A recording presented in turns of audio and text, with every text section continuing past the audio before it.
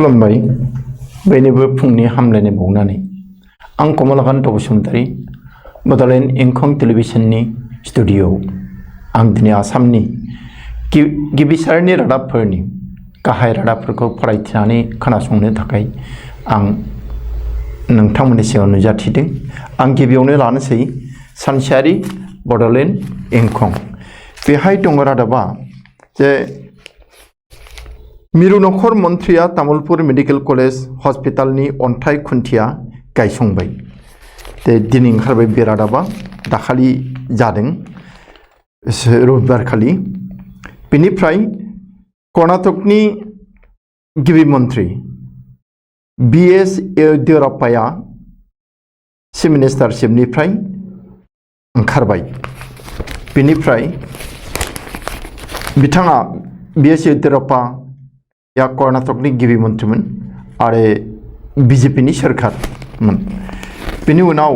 मिज' पुलिसनि गुलियाव साद' आसाम पुलिस मुंख्लं। दुखुनांथाव बाथ्रा, गावनि हादोरनि गेजेरावनो जे गंसे हादोरसाजों गुबुन गंसे हादोरसाया बिदि सिमा लानानै सिमा नारलायलायनाय, नांलायलायनाय आरो मैया गाज्रि जानानै थांबाय। मिज'नि दुथांफोर, पुलिसजों लोगोसे दुथांफोर, गाज्रि मानसिफोर गुलि गावनायाव आसामनि साद' पुलिसफोरा थैदों आरो सासे सिभिल मानसिबो थैदों। बेनि अनगायैबो गोबाङानो जखम जादों। एसपिजों लोगोसे 60नि बांसिन जवान जखम। बेनि उनाव फैबाय 22थि कारगिल दावहा देरहासार फोरबोनि खाबुआव गाहाय मन्थ्रि नरेन्द्र मोदी आरो कंग्रेस दैदेनगिरि राहुल गान्धीया हामलायनाय हरदों। कारगिल दावहा जादोंमोन पाकिस्तानजों भारतजों आरो बेवहाय भारतआ देरहासार जादों। मैयानि बे अक्ट' बेयो कारगिल देरहासार सान, बेखौ बोसोरफ्रामबो भारतआ फालियो। बेनि उनाव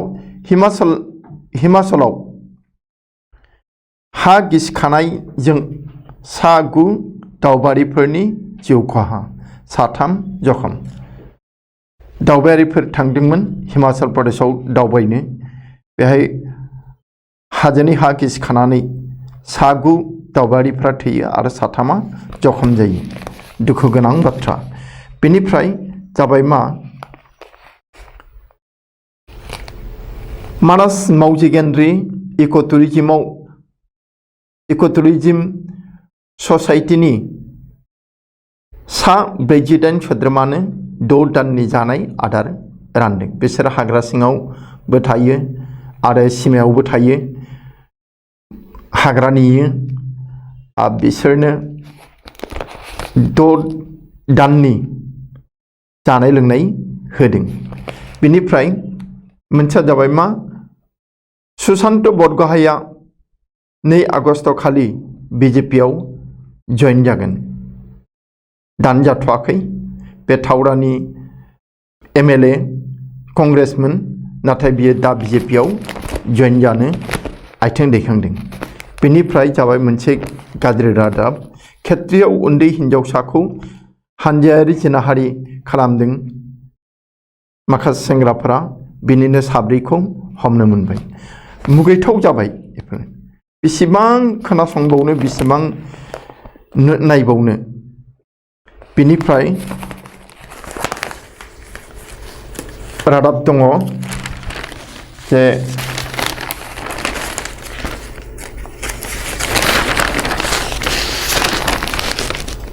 उफ्रा बिसायख'थि 28 नं गसाइगाव बियाबाव इउपिपिएल दोलोनिख्रुइ बिजेपि दोलोनि देरहानायनि गोहोमा बांसिन, उइलियाम नार्जारिया बे खोथाखौ बुंदों। होमबा बिजेपियानो मोनगोन आरो बिनिफ्राय खोथानि इंगितआ बेबादि होदों, इसाराया। बेनिफ्राय गुवाहाटि सोहोराव हाग्रानि मासे मैदेरा हाबफैदों। सम सम हाबफैयो बिदिनो माबा माबि जाग्रा नागिरनानै।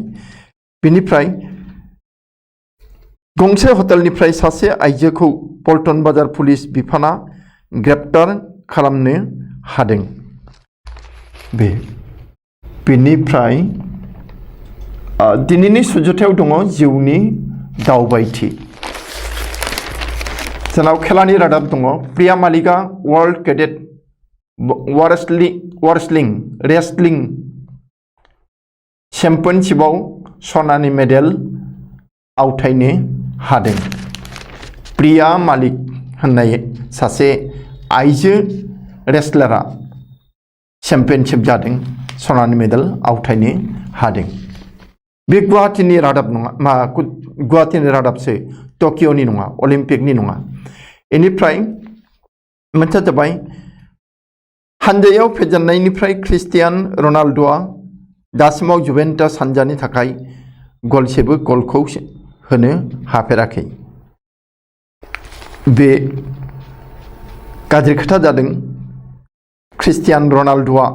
दासिम जुवेन्टास दोलोनि जानानै गलसेबो गल सोनो हायाखै बेनिफ्राय चीन हादोरनि समब्रा समब्रियै इउरपनि माखासे हादोरफोरावबो दैबाना जार्मानियाव जादों सुइजारलेण्डआव जादों आरो बहाबा जादों रादाबखौ नोंथांमोना बुथुमनानै फराय मिथिजोबगोन बेनिफ्राय मोनसे रादाब दङ जे POK जायखौ पक होननानै बुङो POK नि सायाव गणभोट दाबि इमराननि पाकिस्ताननि प्राइम मिनिस्टार इमरान खाना मा राजखान्थि गेलेनो नागिरदोंथाय दा POK नि सायाव गणभोट दाबि खालामदों माने प्लेबिसाइट रेफारेन्डाम दा POK आ गावसिनि दखलावनो दंखायो दा होमबा पाकिस्तान अकुपाइड काश्मीरनि मानसिफोरा पाकिस्तानजों थानो गोसो गैला नामा बिदिसो इसारा होनाय बादि जादों बे दा ओरैबो जानो हागौ बियो इमराना गावनि जि पलिटिकेल केरियार बेखौ एसे गोलाव खालामबावनो थाखाय माबा मानसिनि पाकिस्तानिफोरनि नोजोरखौ बोख्लांनो थाखाय दस्राथिं लांनो थाखाय बे खायदाबो जानो हागौ दानिया जों फैदोनि अग्रदूत रादाब बिलाइयाव बेहाय दङ बे मैयानि जाथाय गिबियावनो अमित शाहर उपस्थितित आलोचनार दुदिन पाछते मिजोरामार अखमर हिमान्त टकटकई आग्रासन दाखालिसो शिलंआव अमित शाह मिरु सरकारनि मिरु नखर मन्त्रि अमित शाहजों रायलायदों गंदाइन राज्योनि चिफ मिनिस्टारफ्रा गिबि मन्थ्रिफ्रा बे रायलायनाय साननै उनावनो मैया मा जाबाय जे मिज'फ्रा काछारनि लाइलापुर ओनसोलाव जानला मानला गुलि गावलाबायबाय SLRजोंबो गावदों मेसिन गानजों गावदों बेनिफ्राय जोंनि आसामनि सा 6 पुलिस कनस्टेबलरा जिउ गारनांबाय सिबायफोर आरो SP सासेयाबो गुलि नांजादों बिनि अनगायैबो गोबां साफोरा गुलि नांनानै जखम जादों बे जोबोद गाज्रि जाथाय जादों बेखौ माब्रैहाय माबाबावनो होबथाबावनो माब्रैहाय सुस्रांबावनो बेखौ जों सानलायनाया थ' जेबो माबायाव खामानियाव नाङा दा सरकारा बेखौ राहा लानांगौ अदेबानि जों रायजोफोराबो बिनि बागै बिबुंथि होनाया गाहाम बेनिफ्राय जाबाय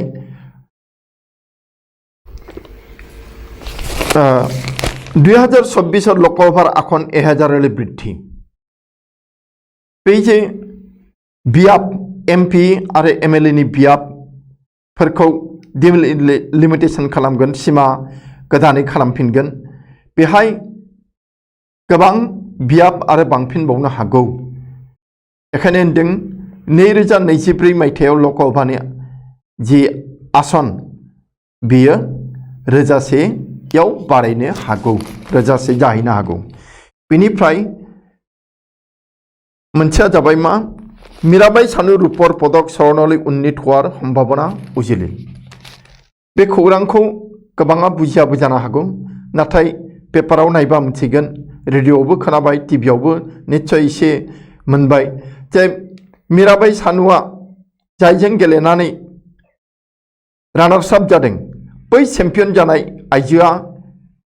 जाब माबानि चाइनानि नाथाय बेखौ अलिम्पिक कमिटिया डप टेस्ट खालामनांगोन होनदों डप टेस्टआव बे फेलें जानो हागौ जुदि डप टेस्टआव बे आइजोआ फेलें जायोब्ला अब्ला बेनि सनानि मेडेलखौ सेख'नानै माबानि मीराबाई सानुनो होगोन दा बे सेन्सआवनो मीराबाई सानुनि रुपाया सनानि मेडेलाव सोलायनो हागौ इदि होननाया आरो बिनिफ्राय मोनसेया जाबाय मा जुबिन गार्ग आक्रमण करा दुर्बृत्तय এইবার आक्रमण करले कण्ठशिल्पी जास्टिनआव ओरैबादि आवसारि सेंग्राफोर दंसै जुबिन गार्गखौ गाग्लोबखांबाय नै आरो मैया मेथाइ रोजाबगिरि जास्टिनखौ आरो गाग्लोबदोंलाय मा होनबावनो जोबोद आवसारि जाबाय बेनिफ्राय बे मिजोराम आरो आसामनि सीमा जेंनाखौ लानानै जि गावलायलायनाय जाबाय मैया बेखौ लानानै आसामनि चिफ मिनिस्टार आरो मिजोरामनि चिफ मिनिस्टारनि गेजेराव टुइटाराव दावहा नांदों टुइटारते बागजुद्धत लिप्त दुइ राज्यर मुख्यमंत्री द्वय डक्टर हरमा आरो जरामथांगा आसामनिया जाबाय डक्टर हिमंत बिश्व शर्मा आरो मिजोरामनि चिफ मिनिस्टारा जाबाय जरामथांगा दा जोङो आरो गुबुन रादाबाव थांदिनलाय बेहाय दङ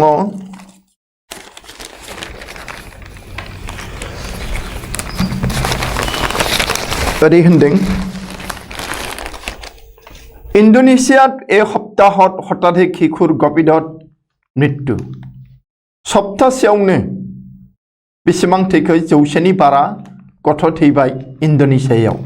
आरो जोंहा थेवबो सांग्रां नङा बे गाज्रि खोथा बेनिफ्राय बिदिखि साংবাদিক কর্তব্যত বাধা চীনৰ বানৰ বাতৰি পৰিৱেশনকাৰীক দুৰ্ব্যৱহাৰ सिन्देशाव रादाबगिरिफोरखौ गावसिनि खामानि मावनायाव हेंथा होदों फट' खेबनाय माबा लिरनाय रादाब लिरनाय बेयाव हेंथा होदों दैबानानि सावगारि खेबनायावबो हेंथा होदों मा जागोन बेनिफ्राय जाबाय मा तालिबाনৰ দৰে এইবাৰ ইৰাকত শক্তিশালী হ'ব পাৰে ইছলামিক ষ্টেট तालिबाना जेरै आफगानिस्तानाव गोख्रों जानानै फैफिनदों बिदिनो आइएसआइआबो इराकाव गोख्रों जानो हागौ मानो होनब्ला आफगानिस्ताনৰ पाছত इराक त्याग কৰিব मार्किन होनाय आफगानिस्ताननि उनाव आफगानिस्ताननिफ्रायथ' सब थांजोब्बायानो इराकाव दङ दा इराकनिखौबो बोखारनानै लांसिगोन होमबा मा हालोद जागोन बुंसनो हाला बेनिफ्राय प्रधानमंत्री इमरान व्यस्त काश्मीरक लै कनि मांखर मूल्य बृद्धि हाहाकार पाकिस्तान बाखिर ओजों पाकिस्तानिफ्रा दावदैनि दाम बांनाय बेदरनि दाम बांनायनि बेरेखायै होसिख्रावगासिनो दं आन्दोलन खालामदों ओजों प्राइम मिनिस्टार इमरान खाना बे नोजोरखौ दस्राथिं सोलायनो नागिरदों सोलायनो नाजादों जायनि थाखाय पिओके पकआव सोरजों थागोन पकनिया पाकिस्तान अकुपाइड काश्मीरा बेखौ लानानै बे प्लेबिसाइड एबा रेफारेन्डाम दाबि खालामदों ना थांखिया दस्रासो बेनिफ्राय जाबाय मा चीनर जलहिमात भारतीय नाबिकर प्रवेश निषिद्ध चीनानि सिन्देशनि जि दै सिमना बेहाय भारतारि नाबिकफोरखौ जाहाज लांनो हेंथा होदों बेनिफ्राय जाबाय मा मोनसे रादाब এইবাৰ পুৰুষক টুপি পিন্ধিবলৈ মছজিদ যাবলৈ নিৰ্দেশ तालिबाনৰ আফগানিস্তানनि रादाब जे हिन्जावफोरखौथ' न'निफ्राय ओंखारनो बादा होबायानोसै दा हौवाफोरा बयबो टुपि गाननांगौ आरो मसजिदाव नामाज फरायनो थांनांगौ बे आरो बेहायनो मोनसे रादाबद्राय नङा बियो मोनसे आर्टिकेलाव कलमाव लिरदों हिरन गगैया थलुवा अखमियार कर्मोद्यम बराबै লাগিব खामानि मावनायनि जि स्प्रिहा बेखौ असमिया मानसिफोरनिखौ असमनि मानसिफोरनिखौ बांहोथारनांगोन नङाबा जोंहा उद्धार गैया रेहाय गैया बेनिफ्राय जाबाय मा हास्पातालर कभिड नार्सर डिङित अलिम्पिकर स्वर्ण पदक सासे जाबेद होननाया हस्पिटालावसो नार्सनि खामानि मावदोंमोन कोविड बा कर'ना भाइरासनि दिनाव आरो बियो माबा अलिम्पिक गेलेहैनो मोनदों गावनि देशनिफ्राय आरो बे सनानि मेडेलबो देरहादों बे सिलाइ गावग्रा बिनिफ्राय जाबाय अलिम्पिकत आजि लाभलिनार अभियान दिनै अलिम्पिकआव लाभलिनाया गावनि खेलाखौ गेलेगोन आगोलावथ' देरहाबायानो प्रि क्वार्टाराव दा थांबाय दा प्रि क्वार्टार खेलाखौ गेलेगोन बिनिफ्राय शुटिंआव मिक्सड हाखात खेलिब हौरब मनुए शुटिंनि जि मिक्सड खेला मिक्स डाबल होनो जे बेहाय सौरभ आरो मनुआ जयै गेलेगोन मनिका हटेलथार बिदाय तृतीय राउन्डआव शरद मनिका हटेलथा बिसोर जेनबाय दुखुनांथावै आरो थामथि राउन्डआव थांबाय शरद होननाया बेनिफ्राय लाजिथाव बाथ्रा महिला हकीत भारतआव द्वितीय पराजय आइजो हकी दलनि जि गेलेनाय बियो नैथि मेचआवबो जेनबाय देरहानो हायाखसै खनसेबो बेनिफ्राय जाबाय मा हाथर फेन्सिं शुटिं आर्चारि बेर्थता सानस्रिनायाव फेलें फेन्सिंआव फेलें सिलाइ गावनायाव फेलें बोरला गावनायावबो फेलें फेलेंखे फेलेंल' बे मा जागोन बे आरो जोङो माबा नैबे आरो मोनसे रादाबखौ मोनबावदों बकट पास जालनट प्रस्तुत हरबराकारि ग्रेप्टार बोराय गोजा मानसि बैसो जानाय सेंग्राबो दङ जे जालनट फेक नट बानायो जे बेखौ बक'आव हमदों बे थोंजाय खोब जायो बक' दुधनै सयगाव मानकासार दक्षिण सालमारा बेफोराव खोब जायो जे साबा हमदों बिनिफ्राय जोङो गुबुन गांसे रादाब बिलाइयाव थांदिनि अग्रदूतखौ दोनबाय जे दानिया असमिया प्रतिदिन बेहाय दङ बे मिजोरामनि जाथायानो एमादोरि मिजोराम हिमान्तर लाइलापुरत उमि उमि जलि आसिल जुइ दानसे जाबाय अरा रोमै रोमै खामगासिनो दंमोन नाथाय आसाम सोरखारा बेखौ हुकुमनो थिक राहा लायाखैमोन बिदि जादों आरो 85 सনৰ मेरापानी काণ্ডৰ পিছত অসম আৰক্ষীক আক্ৰমণৰ সৰ্ববৃহৎ ঘটনা 1985 মাयथाइयाव मेरापानी ओनसोलाव नागालेण्डजों आसामजों दावहा जादोंमोन बिनि उनाव जायाखै नै मैया मिजोराम आरो आसाम पुलिसनि गेजेराव गावलायलायनाय जाबाय बिसिना बेसेबां थैदों बेखौ मिथिया निश्चय थैदों बा जखम जादों नाथाय आसामनिया 7 पुलिस थैबाय सासे सिभिल मानसि थैदों आरो गुबुन 70सो एसपिखौ लाफानानै 70सो मानसि जखम जादों गुलि नांजानानै बेनिफ्राय जाबाय मा अर्ध हताधिक असम आरक्षी गुलिबिদ্ধ 6 निहत बे आरो बेनिफ्राय मिरु मन्त्रिया बुंदों मिरु नखर मन्त्रिया केन्द्रीय गृहमन्त्री उपस्थित क्षमा समस्याखौ मुख्यमन्त्री बर्गर बैठकत बिजतेनाय रक्ताक्त काछार एने परिस्थितित आमी केनेकै सरकार सलाम हिमन्त बिश्व शर्माया बुङो बेबादि थासारियाव जों बोरैहाय सरकार सलायनो बेनिफ्राय जिम्मात থকা अवस्थात अपराधिक गुलिवा असम पुलिसर गुलि हिमान्तत नुफुतिल किय सोंख्रे खारिग्रायाथ' दंखायो नंगौबो बे ड्राग्स माफिया माबा सुपारि माफिया माबा डाकाइट बेसोरखौ गावदों आइथिंफोराव सोरखौबा फुथारनायानो जाबाय नाथाय बिसिनि आसाम पुलिसनि सिलाइफोरा मैया मानो बेरदिया बिदि होननानै बुंदों बिनिफ्राय जाबाय हटेलत आबद्ध प्रशाন্ত किशोरर 22 कर्मचारी प्रशाন্ত किशोर बियो ममता बेनार्जी आरो तृणमूल जानानै त्रिपुरायाव थांदोंमोन मा जाहोनाव बिसोरखौ दा हटेलाव बेंथेनानै दोनदों हटेलत आबद्ध प्रशाন্ত किशोरर 22 कर्मचारी बेजों प्रशाন্ত किशोरजों 22 जन मावथिफोर दङ बिनिफ्राय दिल्ली विश्वविद्यालयत पঞ্জীয়ন आरम्भ नामभर्तिर বাবে আজি আৰু 30 जुलाइत भार्चुएल बैठक नाम सोनाय बा एडमिशन लानायनि थाखाय दिनै आरो 30 जुलाइ खालि भार्चुअल बैठक जागोन मिटिं जागोन ते जाहक बिनि जे रेजिस्ट्रेशन फर्म फिलआप बे खामानिया सोलिबाय दा सोरबाफोर गोसो गोनांफोरा थाबैनो बे खामानिखौ मावनांसिगौ अनलाइन जाखागोन बियो बेनिफ्राय 3 अक्ट'बराव JEE एडभान्स 3 अक्ट'बराव जॉइंट एंट्रेंस एग्जाम बे एडभान्स आनजादा जागोन बेनिफ्राय डिजिटल प्रसाररे मीराबाई सानु शुभेच्छा मीराबाई सानुनो डिजिटल माबाफोरा फोसावगिरिफोरा साबायखर बावहरदों बेनिफ्राय जोङो गुबुन बिलाइयाव थांसै बे जाबाय नियमिया बार्तायाव दङ बे नागालेण्डनिनो मिजोराम आरो आसामनि मैयानि जाथाय बेनिफ्राय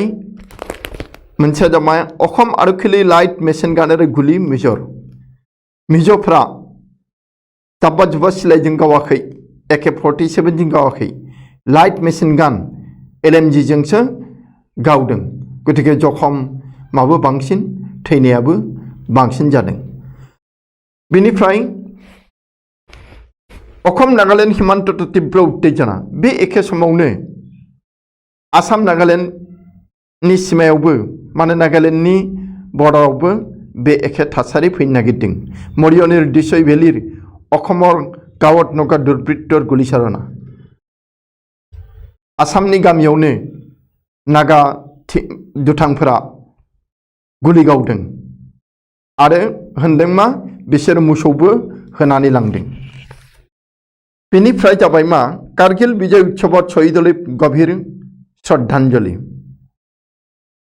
जिन्तु गगৈৰ पितृमातृदे मत बिनिमय मुख्यमंत्री डॉक्टर हरमान जिन्तु गगৈया कारगिलाव थैदोंमोन दिनै बे बेसेबा बोसोर जालांबाय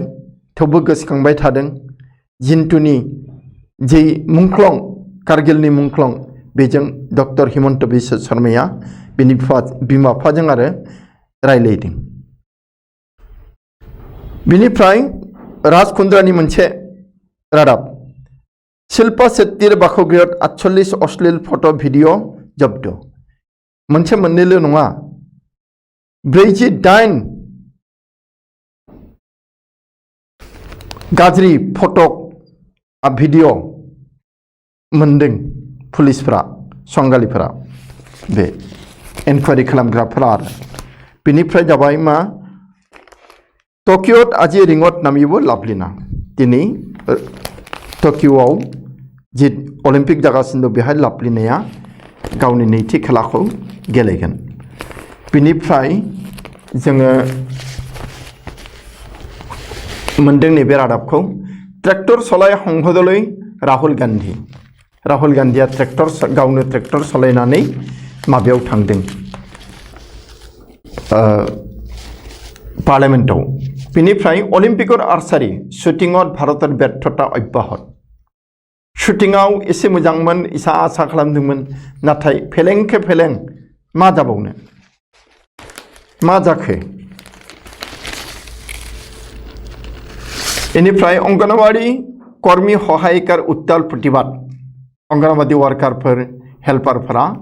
माबा सोमावसारदों गावसोरनि दाबि दाबाफोरखौ लानानै बेखौ दोनसै नियमिया बार्ताखौ दाना जोङो आमार अखमाव थांदिनि आमार अखमाव दङ जे गिबि रादाबा गृहजुद्ध माने मिजोरामजों आसामजों नांलायनाय बेहायबो दङ बेखौनो होदों मिजर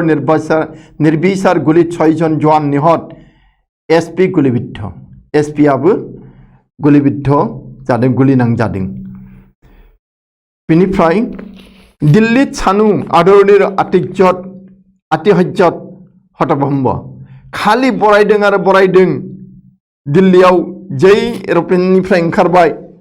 एखे बरायदों आरो बरायदों बरायब्रेनायावनो बे मीराबाई सानुआ एके माबालाय लांबाय आरो मेंलाय लांबाय दिगदार मोनबाय आच्छा बिनिफ्राय मोनसे रादाब दङ जे दुई मुख्यमंत्रीर टुइट युद्ध जरामथांगा आरो हिमंत बिश्व शर्मानि गेजेराव बे टुइटआवनो नांलायलायनाय जादों निटौ धरखनार घटनाय कपाइसे महानगरी जोंनि गुवाहाटी महानगरावबो सानफ्रामबोआनो होनजासै बे जिनाहारि खालामनाय जाथाया बिनिफ्राय जों थांदिनि अभयापुरी ब्लेकमेनर सन्देहत मुखबधिर निर्मम प्रहार बबाखौनो ब्लेकमेन होननानै सन्देह खालामनानै बुग्लिदों थिङर रायजोर उग्र रूप देखि जुवारिया दिले ब्रह्मपुत्र जाब थिङाव जुवा खेला होदोंमोन आरो रायजोआथ' एखौ बयबो मानिया साफा सानैल'सो मानियो जे होसोलांबाय होसोलांनायाव गिनानै दैयाव बाज्रुमहैयो आच्छा बेखिनियानो जाबाय आमार अखमनिफ्राय दानिया जों थांदिनि गुबुन गांसे रादाब बिलाइ बे जाबाय इंराजि रादाब बिलाइ सेन्टिनेल बेहाय बे माबानियानो दङ आसाम मिजोरामनि सिलाय गावलायलायनायानो दङ बेनिफ्राय बेहाय मोनसे रादाबा जा PM pays homage to Kargil martyrs Kargil दावहायाव जायफोर भारतारि सान्थ्रिफ्रा मुंख्लं जादोंमोन बिसोरखौ मान बावदों नरेंद्र मोदीआ बेनिफ्राय unauthorized absence of doctors continues in medical colleges जोंनि मेडिकेल कलेजफोराव आसामनियाव बे पारमिसन लायालासिनो जायखौ unauthorized absent होननानै बुङो बिदि खालामगासिनो दङ डाक्टारफोरा राहा लाबाबो दिगदार लायाबाबो आवसारिद्राय जालांगोन मा खालामनो जे राहाखौथ' लानांगोन मेल्ला डाक्टार जाबाय थांबा थांबायसै आरो बे बेनिफ्राय कमल reaches third round with hard-fought win कमल होननाया थामथि राउन्डआव सौहैबाय बेनिफ्राय जोङो बांला रादाब बिलाइ जुग संख'आव थांनोसै बेहाय रादाबा दङ मिज' हामलाय अग्निगर्भ लाइलापुरा बे कासारावनो जे अग्निगर्भ जादों तारमाने बांग्रि माबा अर्गेंसो बेरफुदों जेनेबा बेहाय गुलिर लड़ाइये हत 6 जवान SP सह 70 पुलिस जखम कासारेर DC SPर कन्भय हमला भांसुर गारि बे पुलिसफोरखौथ' गावथारदों SPआ गुलि नांजादों गुबुन आरो साजिसनिया माबादों गुलि नांजानानै जखम जादों बिनि अनगायैबो मा खालामदों बे मिज' दुर्बृत्तफोरा जोंनि आसामनि कासारनि आरो DC SPनि गारियावबो हमला खालामदों गारिफोरखौ बुख्रेबदों बेनिफ्राय बुंदों मा गुलिर जवाब गुलिते दिन मिज'रामेर संगे आलोचना सान हिमंत गुलिनि जवाबखौ गुलिजोंनो हो जों फारसेथिंया हिमन्तआ मिज'रामनि सोरखारजों रायलायनो नागिरदों बे बेनिफ्राय प्रधान বিচারপতির ক্ষমতার পরিধি কতদূর সুপ্রিম কোর্টের রায় চাইল हाइकोर्ट सुप्रीम कोर्टनि गोहो बोलोआ बेसेबां बिनि जुरिसडिक्सना बेसेबां बेखौ हाइकोर्टआ सोंदों बेखौ लामा नायदों बे सुप्रीम कोर्टनि जुरिसडिक्सन माने प्रधान বিচারপতির क्षमतार परिधि कतदूर गाहाय भारतनि गाहाय बिसारगिरि बिनि क्षमतानि अरथाया बेसेबां बेबादि कुइसन सोंदों बेबो जोब्बाय जोङो दानिया थांदिनि असमिया खबराव असमिया खबर बेहाय दङ बे मिजोरामनिनो मैयानि जाथाया बेखौ बिनिखायनो फरायला नोंथांमोना सावगारियाव नुगोन सोर सोर बे सयजन ना गुलि नांनानै थैखो बेयो बिनिफ्राय 1 आगष्टत कांग्रेस त्याग विधायक सुशांत बरगोहार 2 आगष्टत गेरुआ बखन थावरानि एमएलए बे सुशांतनि बाथ्रा बे 2 आगष्टआव बीजेपीआव हाबगोन बेखौ बुंदों बेनिफ्राय मुख्यमंत्री हिमंत निर्देशक घटनास्थली रवाना मंत्री पीयूष परिमल शुक्लबैद्य आरो बै जायगायाव थांदों लाइलापुराव जेराव मिजोरामजों सिलाय गावलायनाय जादों डिमा हासावत बा उद्योग उद्यानर आधारशिला स्थापन मुख्यमंत्री गिबि मंत्री हिमंत बिश्व शर्माया डिमा हासावआव औवानि जी इंडस्ट्री बेनि खुन्थिया गायसनदों खाम्फा गायसनदों बेनिफ्राय प्रति लिटार पेट्रलत 52.32 टका डिजेलत 44.50 टका कर दिले जनताय बेसेबां होनाङो आरो बेसेबां थाखा माबाया उफेरा होनायनि अनगायैबो आरोबाव टल गेटआव लामानि नामाव उफेरा होयो आरो टल गेटआवबो होबावनांगौ फिस बे माबायदि जाखो बेखौनो सोंदों रायजोफोरा कविडा अकालते प्राणकारी नीले तेजपुर सम्भावनापूर्ण शिल्पी नयन मणिर बे माबानि रादाब कविडनि रादाब नयन मणि होननाय सासे जे तेजपुरनि रिंगुदामसा बियो अबथिरानो जिउ गारनांबाय कविडनि साग्लोबनायाव बेनिफ्राय जाबाय 200 कोटी राज्यर कृषकर 93,000 मेट्रिक टन धान क्रय करिब जगान निगमे रंजित दासा बुंदों जगान बिफाना 200 कोटी रांजों 93,000 मेट्रिक टन माइ बायगोन सिन्था खालामनाङासै आरो बेनिफ्राय बेहायबो बेफोरनोसै थेवबाबो नैबे एबिएमसुर बिटिसिर सभापति लाफिकुल हत्यार 4 बोसोर दिनैसिमबो सोर गावथारखो लाफिकुल इस्लामखौ बेखौ मोनाखै बेहाय राजखान्थि हाबनानै दं बे खोथाखौ राजनैतिक मेरपेज निष्क्रिय सिबिआइ तदन्त सिबिआइनि जि तदन्त बे तदन्तआ खामानि गैया जानानै फैदों बेनिफ्राय जों थांदिनि गुबुन गांसे रादाब बिलाइ दैनिक जन्मभूमि बेहाय नैबे मानसिफ्रानो जोंनि माबा गुलि नांजानाय मानसिफोर आसामनि गृहमंत्री सा उत्तर पूर्व मुख्यमंत्रीসকলৰ बैठকৰ এদিনৰ পাছতে ৰক্তাক্ত হিমান্ত मा होनबाव কাছাৰৰ অসম মেঘালয় সীমান্তৰ লাইলাপুৰত মিজোৰামৰ বেদখল উচ্ছেদ কৰিবলৈ যোৱা অসমৰ আৰক্ষী প্ৰশাসনৰ লোকলৈ মিজো আৰক্ষীৰ নিৰ্বিচাৰ গুলীচালনা কাছাৰৰ এছপি ধলাই থানাৰ অচি গুলিবিদ্ধ তে आसामनि पुलिसफोरनि बेरेखायै मिजोरामनि पुलिस आरो बिसोरजों गुन्दाफ्राबो सिलाय लानानै गाग्लोबदों 6 जन थैबाय आरो सासे सिभिल मानसि थैदों आरो एसपि डीएसपी नि ओसीनि आरो डीसीनि गारि गाग्लोबदों सिफायदों बेनिफ्राय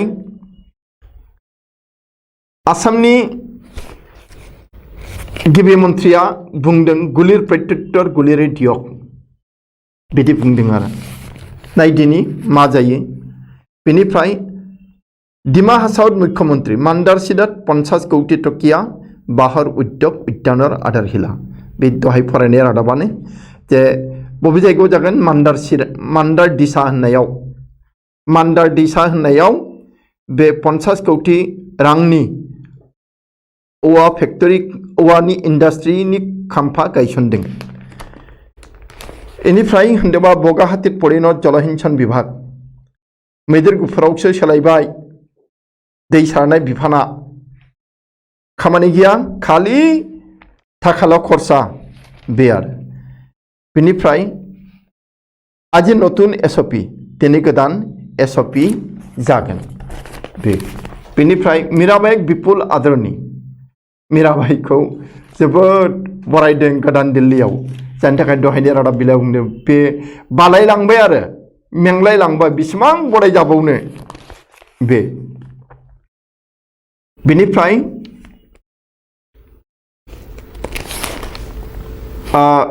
सिरिज दखलर लक्ष्य भारतर जे श्रीलंकानि बेरेखायै गेलेगासिनो दङ बेहाय सिरिजखौ देरहाजोबनो माबादों नाजादों भारतारि क्रिकेट दोलोआ बेनोसै जन्मभूमिनिफ्राय दानिया जोबथा रादाब बिलाइ बे जाबाय दैनिक अखं बेहायबो बे मिजोराम आसामनि जि गावलायनाय बे रादाबानो बेनिखायनो बे रादाबखौ जोङो फरायला थेवब्लाबो नैबे मोनसेखौ होनदों नेडार सरकार थका सत्तेव क्यों निष्पत्ति हुआ नाय हिमा समस्या अखम जातीय परिषदनिफ्राय बुंदों कंग्रेसआबो बुंदों नेडानि सोरखार थासेयावबो मानो सीमा जेंनाया जोबदिया मा खालामनानै दङ बिदि होनदों आरो बेनिफ्राय हिमा हंगार निष्पत्तिर व्यवस्था ग्रहणर निर्देश केंद्रीय गृहमंत्री बिनिफ्राय लिटारे प्रति 18 टकाকৈ पथ उपकर दिय भरिब लगा হৈছে टलगेटर मासुल औ लिटारफ्रामबो पेट्रलाव 18 रां लामानि नामाव होयो दे बेखौ जों मिथिनाया गाहाम कास्टमारफोरा बे 18 रांखौथ' थावबायनायाव लायोआनो बिनि अनगायैबो आरो जोङो तेल माबायाव टलगेटआव लामानि नामाव टेक्स होनांगौ मा जाखो बेलाय खोथायालाय जेरावबो माने खहायनायल' रायजोनिफ्राय इनिफ्राय मग विधायक होवार मजातो लबलै दियक সাংবাদিকৰ বিৰুদ্ধে ক্ষোভ উজাৰিলে ভবানীপুৰৰ বিধায়কে ভবানীপুरनि जि AIUDFनि MLA गोदानै देरहानाय MLA तालुकदार बिथाङा बुंदों एखे जाबाना थां सोंलाबाय थायो नङा गारा गारा सोङो नों BJPआव थांबाय होनलाय BJPआव थांनोसै होनलाय बिदि होननानै सोंलाबाय थानायाव गोसो बायलायलाङोना दा बे बुंदों आरो तालुकदारा आंखौ विधायक जानो MLA जानो हो आरो MLA जानायनि जि एसे माने मजा बेखौ लानो हो बिनिफ्राय जाबाय राज्यत बारिसे आधाते विद्यालय एरा शिक्षार्थीर संख्या आसामाव आधायावनो स्कुल गारनाय फरायसानि अनजिमाया जोबोद बारा जाबाय गुबुन राज्योफोरनिख्रुइ बांसिन जाबाय LPआव गारो MEआव गारो हाई स्कुलाव गारो बे गाज्रि बियो बेनिफ्राय আজি टकिय'त लाभलिनार प्रतिद्वंदी नादिन जोङो फरायखांबाय बेखौ थेवब्लाबो बिनि बेरेखायै सोर गेलेगोन बेखौ मिथियामोन ना लाभलिननि बेरेखायै सोर गेलेगोन बे नादिन होननाय सासे आइजोआ लाभलिनानि बेरेखायै गेलेगोन आनन्द गसाइया मा खालामो जे जोंथ' आसा खालामो देरहागोन लाभलिनाया बिनिफ्राय भारतर व्यर्थता अब्याहत मनिकार पराजय भारतनि जि फेलें जानाय टकिय' अलिम्पिकआव बे दाखालिनिफ्रायनो दङ मनिकायाबो जेनबाय बे खोथाखौ बुंदों बिनिफ्राय नैबे माबा रादाब मोनसे अलिम्पिकर पदक तालिका बेखौ फरायनानै खोनासंहोनो दे अलिम्पिकर पदक तालिका अलिम्पिकनि जि मेडेलनि लिस्टि बेहाय सोर बबे हादोरा बेसेबां मोनखो बे आगोलाव दङ सना गेजेराव रुपा आरो जोबथाया ब्रन्ज जापाना मोनदों 8 दासिम सना रुपा 2 आरो ब्रन्ज 3 गासै 13 USA आमेरिका सना 7 रुपा 3 ब्रन्ज 4 गासै 14 चीन देशा मोनदों गासै सनाखौ 6 रुपा 5 आरो ब्रन्ज 7 बिसिना बांसिन जाबाय गासै 18 खिन्थु सनाया खम आरो 6टा बेनिफ्राय आर'सि बे मोनदों सनाखौ 4 बेनिफ्राय रुपाखौ 5 बेनिफ्राय ब्रन्जखौ 3 गासै 12 ब्रिटेना बेसे मोनखो सनाखौ मोनथाम रुपाखौ मोनथाम आरो ब्रन्जखौ मोनसे गासै मोनस्नि करियाया बेसे मोनदों सना मोनथाम रुपा गैया आरो ब्रन्ज मोनब्रै गासै मोनस्नि अस्ट्रेलिया बेसे मोनखो सना मोननै रुपा मोनसे आरो ब्रन्ज मोनथाम गासै मोनद कसोभो होननाय हादोरा बेसे मोनदों सना मोननै रुपाबो गैया ब्रन्जबो गैया खालि मोननैल इटालिया बेसे मोनखो सना मोनसे रुपा मोनब्रै आरो ब्रन्ज मोनब्रै गासै मोनगु फ्रान्सआ बेसे मोनखो सना मोनसे इनिफ्राय रुपा मोनसे आरो ब्रन्ज लाथिख ब्रन्ज मोननै गासै मोनबा जाहैबाय इनिफ्राय मोनसे रादाब चीनक अतिक्रम करि हिरखत जापान चीनानो बहुत देरहाबाय थायोमोन नाथाय देग्लायनियाव दासिमहालागै मैयासिम आरो जे चीन देशखौ उनाव दोननानै जापाना आवगायगासिनो दङ गावनि हादरावनो खेलाया जादों आरो गाव बांसिन मोनाबा बोरै जानो बे आरो दे बेखिनिखौनो फरायबाय जोबथारनायाव आं नोंथांमोननो गासैबो आंनि मोजां मोननाय सिबिनाय आरो हामलायनायखौ फिन बावफिनबावनानै एसेयावनो फोजोबबाय गोजोन्थों।